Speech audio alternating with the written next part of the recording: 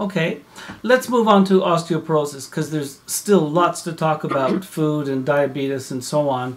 But I want to talk about osteoporosis because I've already told them here that you actually cured your own. What did you do to achieve that amazing feat, and can others do it? Absolutely. Yeah. Bone is something that is constantly changing. So the cells break down, the dead cells, and new ones are grown on a regular basis. And as young people, this happens quite frequently, but and easily. But as you get a little older, it doesn't go quite as quickly. And then, of course, there's a lot of things that are actually going against you and actually knocking out these the rebuilding of your bones. And so it's very, very important that bones are so critical to us. Some of the things they do, well, I guess it's one of the things you can hang your skin on, you know, your bones, right? And some of us hang it so well, don't we? And there's so many other things, but one of the things that it does, it protects your other organs. It gives you structure. It gives you strength. So really, if you're not looking after your bones, you are putting everything else at risk. Absolutely. You know what else it does, Jerry? It's part of your immune system, and we're going to talk about that in a bit. But it is part of your immune system. That is where several of the blood cells are actually made that fight for you. Your fighter cells are actually made in the blood.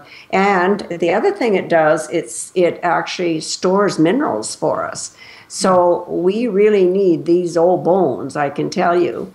So when I guess the number one thing, if you're over 50, women, of course, you lose your estrogen, and men, your testosterone.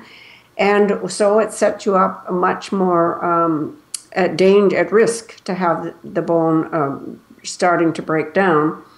And so at 50, I asked my doctor if she would give me a scan as a baseline. And she did. And here well, I was older than that, actually, but I had osteoporosis. I was totally shocked. Yeah.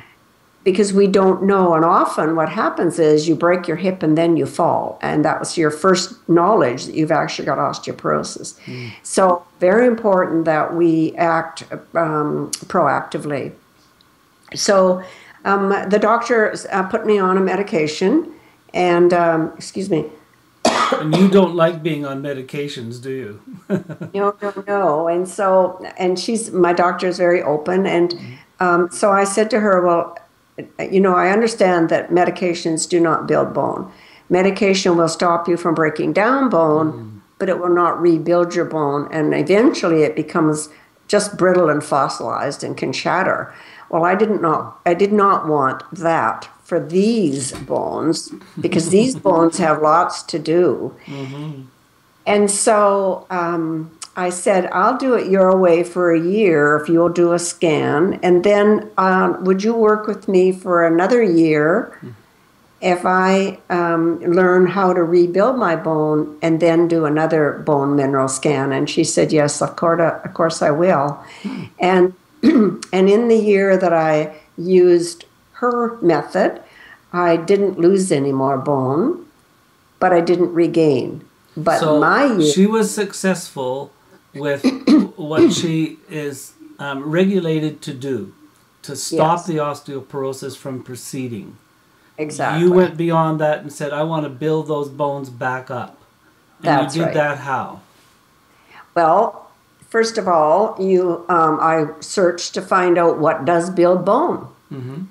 And one of the most important things, of course, is that same thing back again, vitamin D with K2. Vitamin K2 is critical for bone building.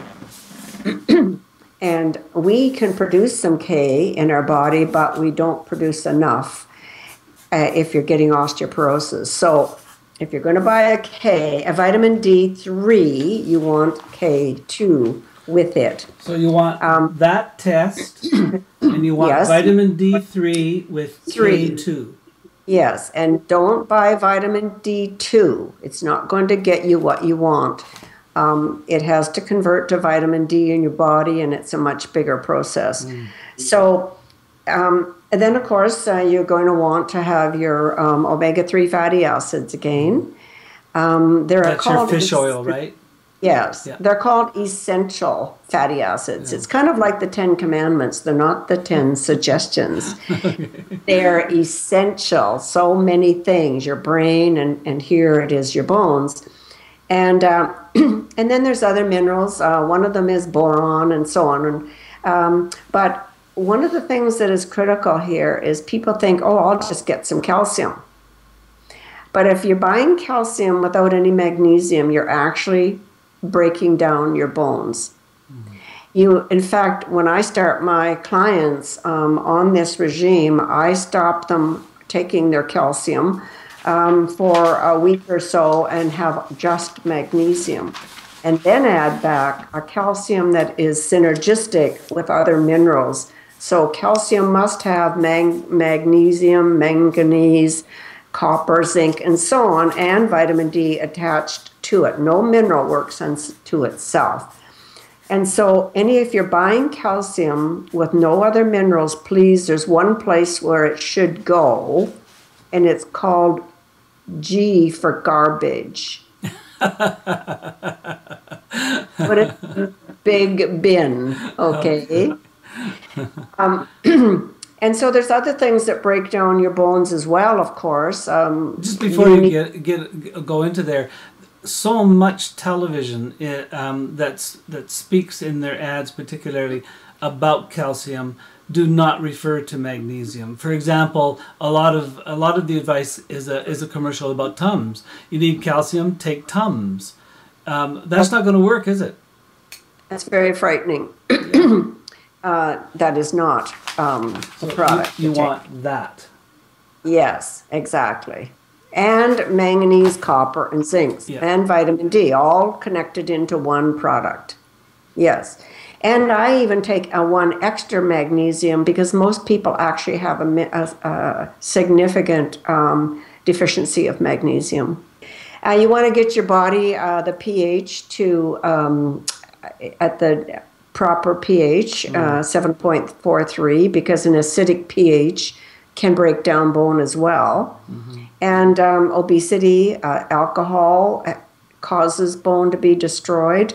Many medications. So if you're on any medications, please go and Google serious side effects of that particular medication and see, is bone destruction one of those serious side effects? And then find out discuss with your physician. How could I do natural things to move away from this medication? Okay. So these are some things. Stress also, when you have a lot of emotional stress, again, destroys bone. So there's many things that destroy our bones, and we have no hope of ever keeping them strong. So it's very important that you even go in and Google functions or strengthening of bones. What builds bones, so that you can start to get some of that information and write it down. So the good news is you can rebuild your bones. You absolutely can. I've done about 100 people. So yes.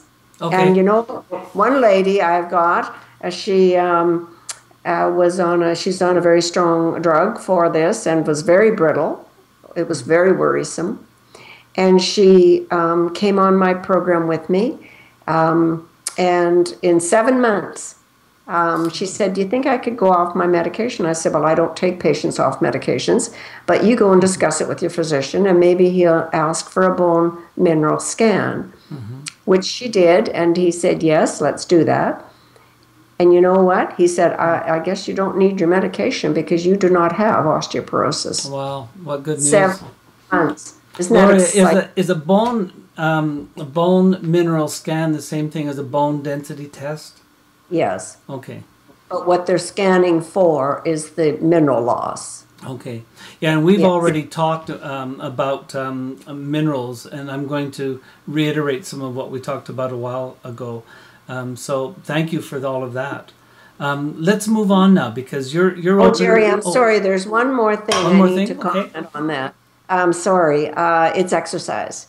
Yeah. We need bone stress. So a walk with your heels hitting the ground. You want to do muscle building. That is critical for bone balance. So there's some wonderful exercises, and they don't have to be aerobics, but we do need to exercise for bone. Sounds like yoga's in that mix somewhere. Somewhere. Well, you can talk about that with individuals who contact you because you keep telling me all of this is very individualized and people really shouldn't be taking significant changes on their own without knowing what they're doing. Okay. That's right. So I'm very happy to do a personal consultation. So I have the big picture.